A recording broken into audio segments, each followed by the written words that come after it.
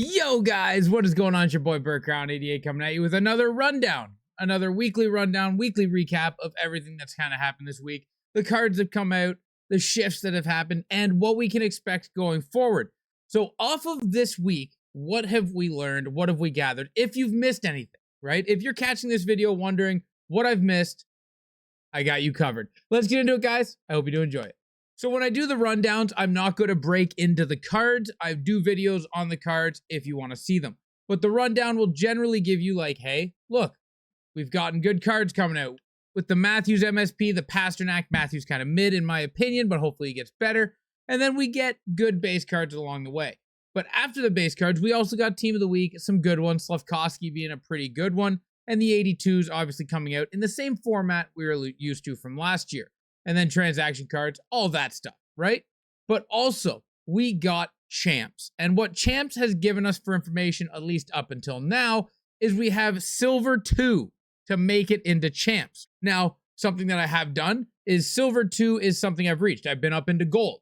So I've been to gold 1 with 3 squares, but reach silver 2 to qualify for champs. Well, I'm going to show you if you drop down to silver 1, something that I wanted to try just to see if I still qualified for champs. And you're going to see I am still qualified for champs. So once you make that silver threshold of silver 2, you are good.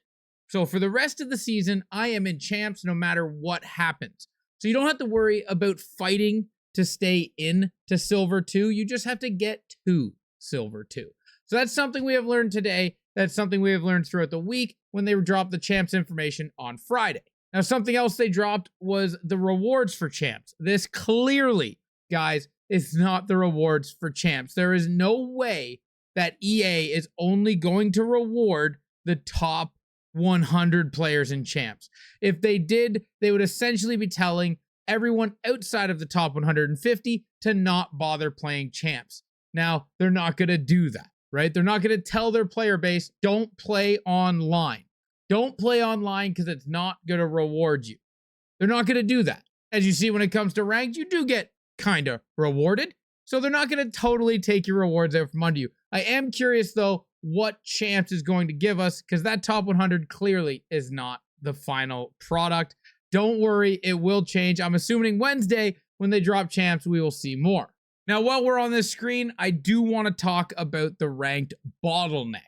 This is something that I wanted to talk about in the development of last week that we have slowly started to see. Now, when ranked first dropped, it was very hard to make progress. It was very hard to not derank and have to constantly catch up for lost ground. You had to always make up for the ground you lost, and you got bottlenecked at silver 2. Which is what was seeming to happen. Everyone would get bottlenecked down to series silver 2 and nobody could move on. Well, now we're seeing kind of a progression. As the week went on, silver 3 started to be getting achieved by more and more people, and then you would eventually move on to gold 1. So now what it's looking like is the bottleneck is happening at gold 2. I haven't gotten to gold 2 yet, but from just getting comms from everybody else that is making it up there, there is still a bottleneck, a small bottleneck at silver 3 of people that are struggling to get into gold or get back to gold because a lot of the people in silver 3 and silver 2 have been in gold already. And now the bottleneck has shifted from silver to gold. So the bottleneck is moving, which leads me to believe in a week or two, the bottleneck will be up in platinum, shifting all the player base forward as we get more and more people in the higher end reaching higher and higher levels. But when it comes to ranked, something that I wanted to point out because I have been messing around with ranking and deranking because I'm just not a consistent player. I can't win consistently and then not lose consistently. If I win 5 games, I lose 5 games. If I win 1 and lose 1, I just stay the same. But I can make ground, I just lose it. So what I'm noticing here, and I wanted to point out, because people are saying, how am I getting absolutely spanked as a Division 2 or Division 3 player at silver, or I'm absolutely spanking people. And here's what we've realized over running a lot of games. And when I say a lot of games, my current record, sorry, I have to bring up the little post-it note. My current record is 235 wins, 199 losses, and 35 overtime losses. Now, with those numbers, I have gotten the chance to talk to a good amount of people over that course of time about their rank. And what I have noticed is whether I am Silver 1, Silver 2, or Silver 3, I am still matching Gold 2 players. So Gold players can, yes, match Silver players. Silver players can, yes, match Gold players. And I'm assuming Silver players can also match Bronze players. So we are seeing a wide range of matchmaking when it comes to ranked. How wide that range goes, I don't know. Our checkpoint for the next saved area is Diamond. So if that is our checkpoint, does that mean Silver can match Platinum? I'm still trying to get information on that from EA, or I'm still trying to get information on that from people I play. I encourage people to talk in my chat when they match me. If people match me and they are in my chat, or if they see me and they're like, hey, I know that guy streams, let me go talk to him. I encourage people to talk to me. It's not something that I'm going to get on to you about.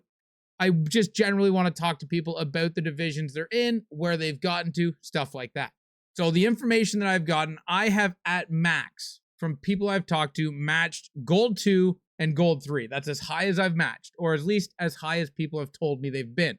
Now, I haven't got confirmation from anybody that they're in Bronze yet, so I don't know if I'm matching Bronze, but I would just assume if I can match Gold, I can match Bronze. So that is the information we have on Ranked currently. And you're going to see in your rewards for Ranked that you get a BND 82 at Bronze, Silver, and Gold. The one thing this shows me is EA thinks that Silver, Gold, and Bronze all run in and around the same difficulty. Or they at least hope it will run in and around the same difficulty, because they're giving you the same 82 overall reward.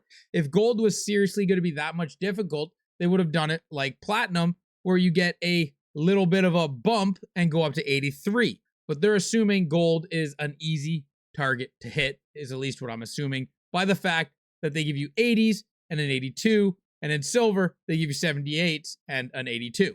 So as for now, guys, that is the information I have to give you from what we have learned from Ranked in this past week. When it comes to champs, once you hit Silver 2, you're good. And when it comes to matchmaking, you can match up to Gold 3 if you are in Silver. That's where we're at, guys. I'm hoping to grab more information. So again, like I said, if you play me, chances are I'm streaming, because I only play online when I only play when I'm streaming. So if you play me, I am streaming. Come say hi and let me know what division, rank, whatever you want to call it, that you are in. I'd love to hear from you. Now, the last major thing I wanted to talk about in this video on the weekly recap is lineup combos. We've noticed a couple of things in this past week. One, overall is not the most important thing to do for your lineup combo. Is it great for your line? Yes, it helps those individual players. AP, on the other hand, is more important because it helps your entire team. But as we get into more and more high-end cards where you're going to be adding them to your team, as you see here, I am over the cap, even though I have salary activated on my team with an extra 2 million. Salary cap is starting to be more important. Now, we haven't gotten to that extreme yet where everybody is up to the cap fighting for every little bit of money they can get, which I'm assuming the next event will be when people start struggling to get money, which is going to lead you into, behind Rumpel's name, this cap-friendly team here. I don't know what team that is from the European League. I think it's SHL. Just look for the logo. I'm not 100% what team that is at this current time, but they give you $5 million in salary.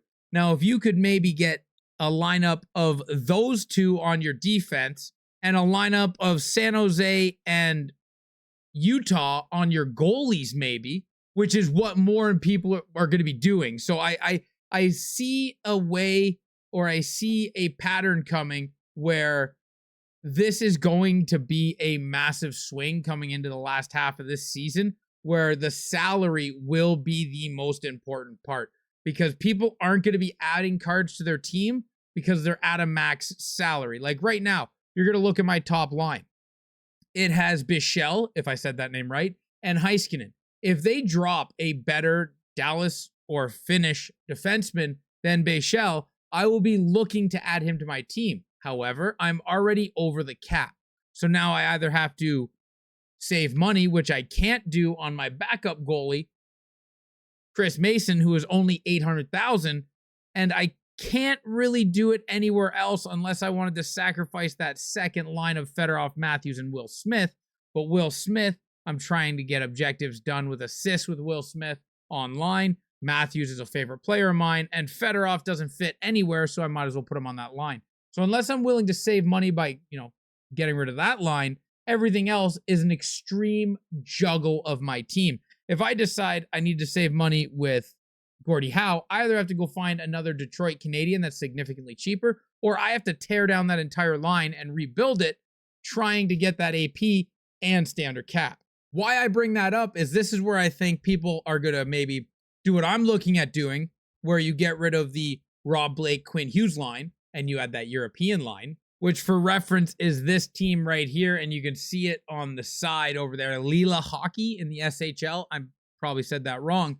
But if you go and get maybe this defenseman here who has 88 speed, Otto Liestinen, and then you pair them up with this defenseman here, Ludvig Jonsson, who has 90 speed, those two guys will save you cap, bringing your cap down because they're a total of 1.6, but they'll also add you 5 million. So if I get rid of Blake and I get rid of my Blake pairing, who I'm drawing a blank on, Quinn Hughes, and then I add these two guys, sure, it's getting slightly worse, but I'm getting money for my all-around team up into like the 7 million for the next event. That is something that you're going to see people having to start do.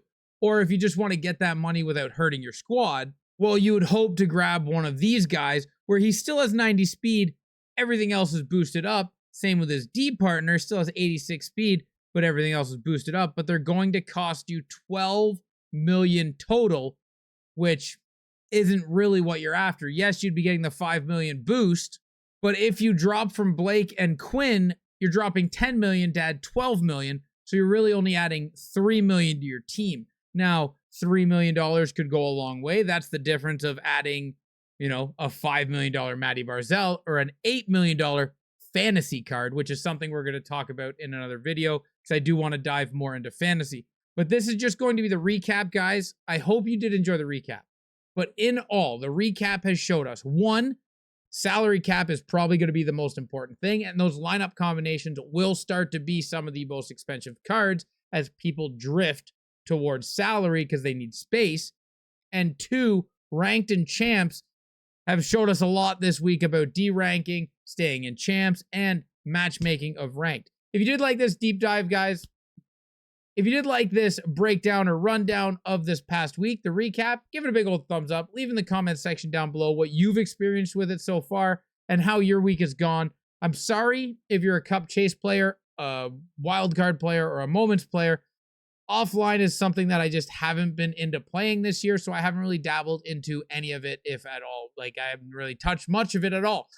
So I can't really comment about that. I have gotten people's feedbacks about Cup Chase being the best rewards that we have in the game, and then wild card, people hoping that like maybe they bring back wild card cards for salary cost savings in your regular lineup, or just bringing it back to one goal wild card. But I can't really comment on it because I haven't really played much of it. So thank you guys for watching this video. I hope you did enjoy it. Till next time, ciao ciao.